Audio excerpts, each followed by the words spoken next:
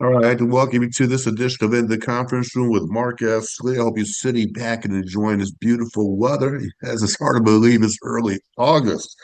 Early August. Wow, this is your source for information for people who are business leaders from across the great city of Detroit, the state of Michigan, as well as across the country. We address business issues that may be of interest to you. I want to thank you for joining me each and every single week for the conference room. We've been doing this for several years. And by the way, I hope you're enjoying this beautiful weather. I know school is slowly getting around the corner. I think we start right around Labor Day. So you had a few weeks to enjoy this spectacular weather. And I know the Canadian wildfires are out there too. So make sure you stay safe when you're outside. The sun is shining, loose overcast, but those are actually the wildfires that we're seeing right outside of our windows. All right, so sit back and relax and enjoy the conversation. We have a very important conversation this morning about a bill that was passed recently. And I'm so pleased to have with me in the conference room Mr. Alex Jacquez, and he's the Chief of Policy and Advocacy at the Groundwork Collaborative, which oversees the policy, the research, the advocacy, personnel, programming. And Alex, you're so kind enough for joining me in the conference room. Uh, Thanks for joining me. How are you? Me, Mark. Good to be here. Good to have you. Good to have you. And let's just jump right into the conversation. There was a big bill. It's called the Big Beautiful Bill that was passed recently. And before we unpack that bill, by the way, tell me about the organization and what your primary responsibility is of the organization, as well as your role within the organization as well. Sure thing. Groundwork Collaborative is an economic policy think tank in Washington, D.C. We are focused solely on the economy and advocating for progressive economic solutions on Capitol Hill and with the broader media ecosystem. I came to the organization earlier this year after spending 4 years at the White House National Economic Council under the previous president, where I worked on everything from labor and competition to tax, clean energy, manufacturing, and the like. Thank you for that background. And so let's just jump right into the conversation. What's been called the Big Beautiful Bill that was signed recently into law by the president. Let's just unpack it. Tell us about this bill, and we'll unpack it further about the implications of different industries and how it's going to impact the average American as well. But kind of give us the overview of the Big Beautiful Bill. Sure thing. So, the Republican budget law that was signed into law last month is essentially two things. It is an extension and, in some cases, an expansion of the 2017 Tax Cuts and Jobs Act, which was passed under President Trump in his first term.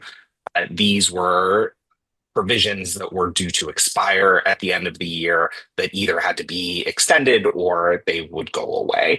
This is the individual tax changes that were made in 2017, as well as a number of business changes as well. And so to extend those tax cuts and to expand them in some cases, they are somewhat paid for, although we got a new scorekeeping by the Congressional Budget Office last night, which we can get into a little later. But to pay for some of these tax cuts, they are paired with pretty sharp decreases in spending. This largely comes from Medicaid and Affordable Care Act spending, so healthcare, as well as Supplemental Nutrition Assistance Program, more commonly known as food stamps, as well as a number of clean energy provisions that were passed by the Biden administration in the Inflation Reduction Act. You referenced the Congressional Budget Office. You got some new information. Please share that with us right now. Sure thing. So the Congressional Budget Office calculated last night that when you take into account the interest that the United States will have to pay on its rising federal debt, the total price tag for the bill comes out to about $4 trillion, at just over $4 trillion over 10 years. So that's $4 trillion added to the deficit. That's tax cuts minus the spending cuts. And so under this under the recently signed bill, how would that revenue be made up? That additional $4 trillion, for example, in theory, how would that additional $4 trillion be made up that's being added to the debt? So the Trump administration would argue that the cost is going to be made up by faster economic growth. They have put out projections that growth is going to speed up And we are going to be able to essentially narrow this deficit that the bill has caused by companies investing more, becoming more productive, and generating more economic activity. This is disputed, of course, by of course not just critics, but some of the nonpartisan scorekeepers, the economic models. I'm thinking of the Penn Wharton budget model and other academic experts that actually find that in addition to the impact of the deficit, that this bill might actually lower growth over time very slightly because of those implications from the spending cuts and the higher interest rates due to the debt. Let's unpack this for Michigan. And one of the major conversation talking points has been, Medicaids, for example, and the other programs that are out there. Talk specifically, or as much as you can, about the state of Michigan in terms of how these cuts could impact the number of people. How many people will be impacted? What other effects can we feel as a direct result of this? Sure. So the bill cuts about 900 billion, nearly $1 trillion from Medicaid over 10 years. And this is going to have impacts, not just, of course, for the people who rely on Medicaid for their health insurance, but for the broader healthcare ecosystem in the state. Many hospitals, particularly those that serve lower income residents, and in particular those in rural areas, basically rely on Medicaid revenue to be able to stay afloat. We've had something of a rural hospital crisis over the last couple decades. More than 130 hospitals have closed and 30 since the post-pandemic period alone. And we are looking at, at-risk hospitals and nursing homes here in Michigan that have already said that they are operating essentially in the red right now and are going to have Mhm. to make up some revenue because of the Medicaid cuts. So on this list is four rural hospitals in Michigan and at-risk nursing homes. And this is going to have, of course, ripple effects through the communities. These are Mhm. often anchors in these smaller towns and municipalities. Healthcare jobs, these are the basically the only jobs that the US economy is adding right now. So in addition to the impacts on patients, which of course, if you're living in a rural area and your clinic or your hospital closes, that's an extra hour, 2 hours you might have to drive to get care. It's probably going to lead you to not going to the doctor as much, not finding those early or preventable illnesses. It's going to be harder to reach emergency services when time is of the essence. And it'll have ripple effects throughout the community as those jobs are impacted as well. Yeah, you talk about jobs being impacted. So obviously, in addition to Medicaid, I'm hearing you say the healthcare industry. You referenced specifically the Affordable Health Care Act that was been around for the last 10 years or so.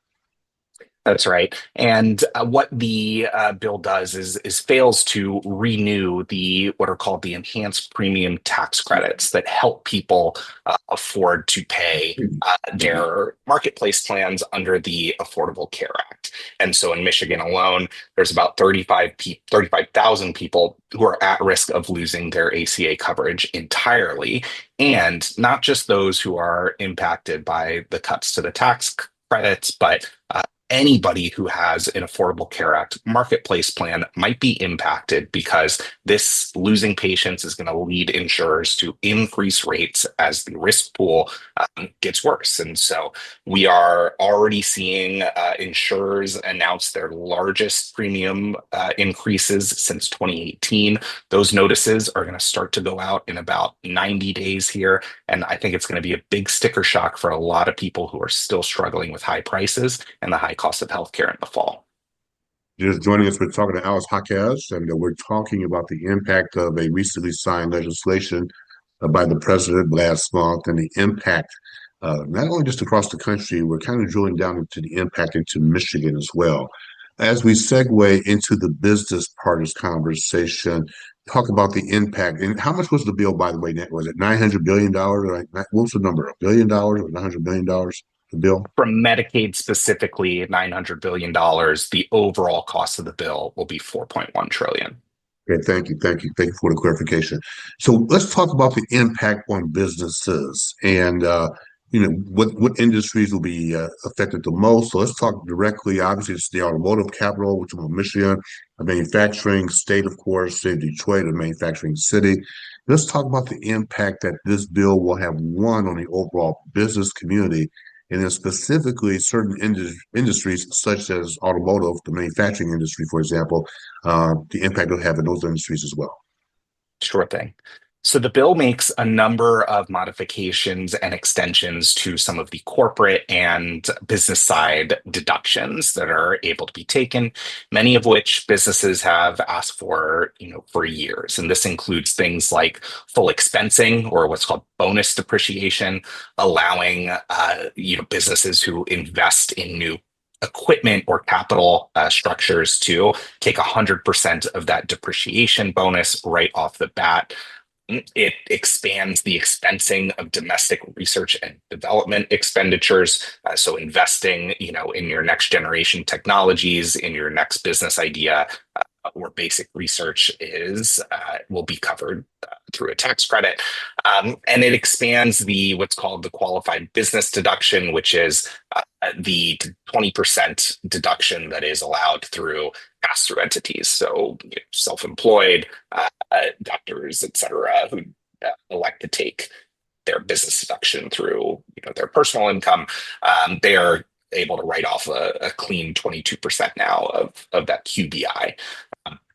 And so what this is going to mean for, Michigan specifically, I think if you look at the balance of the business deductions, things like full expensing, things like research and development expensing, those are things that automakers in particular, they make things right here in the US.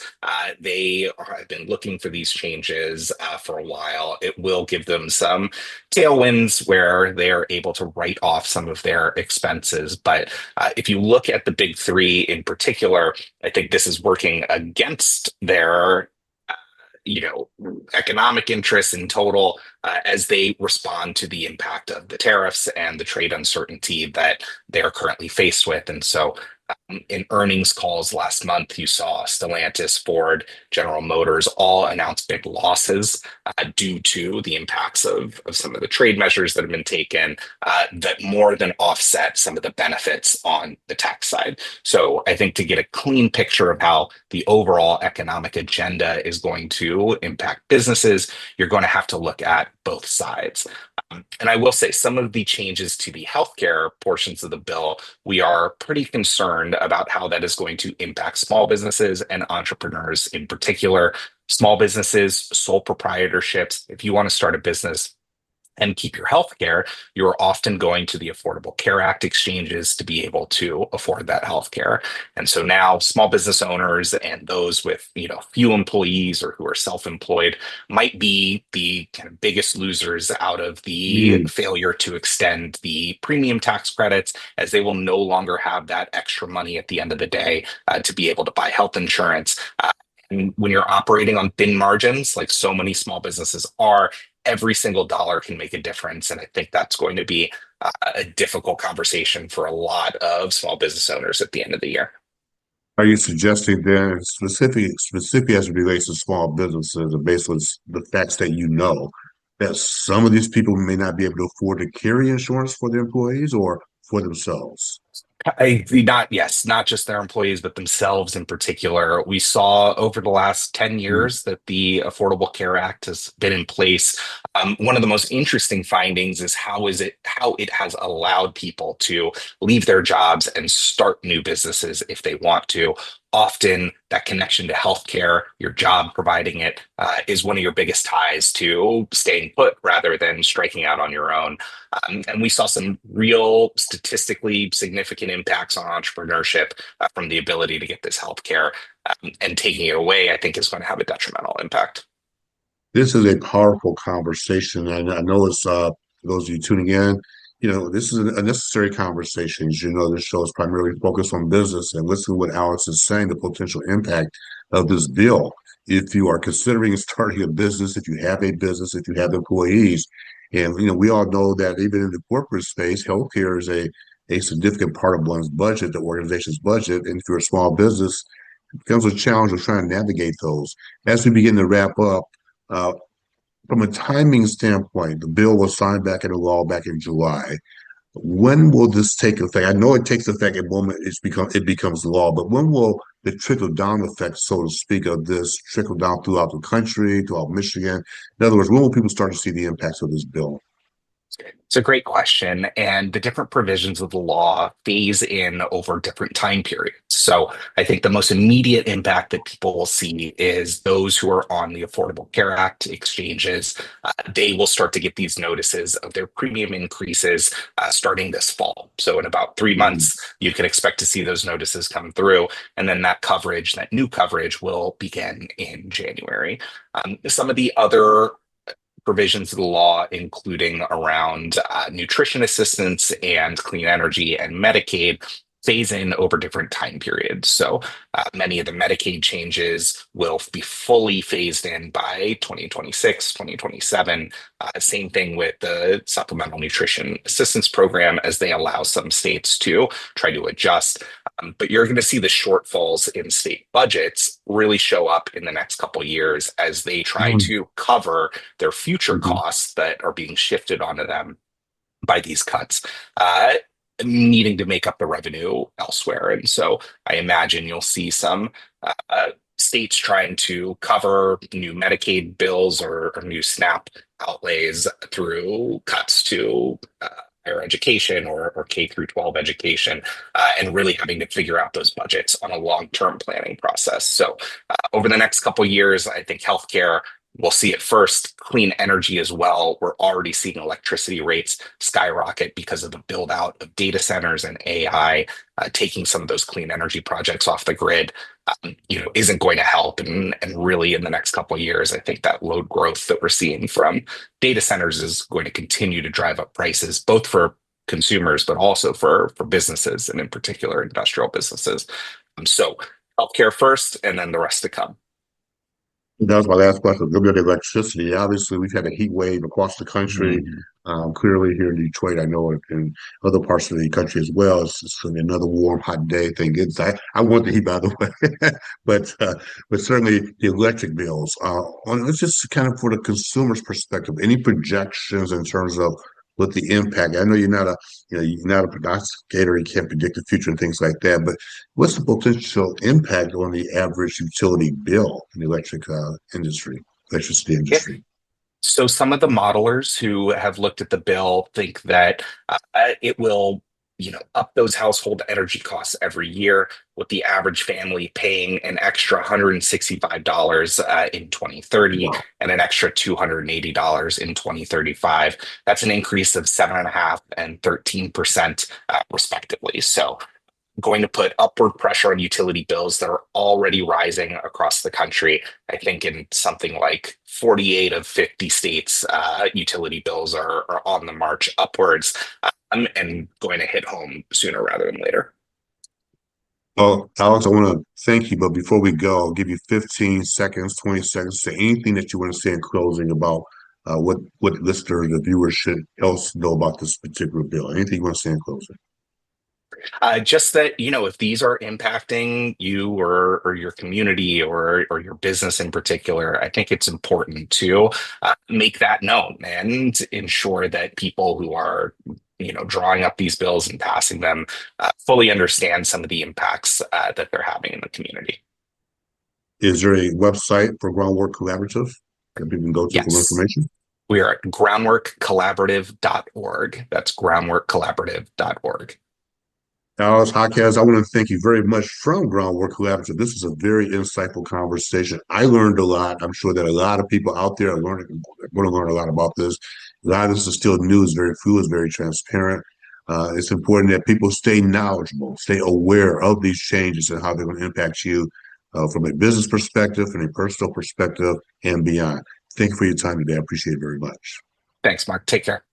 Absolutely. For all of you for tuning in, thank you very much for tuning to this week's conference room with Mark Lee.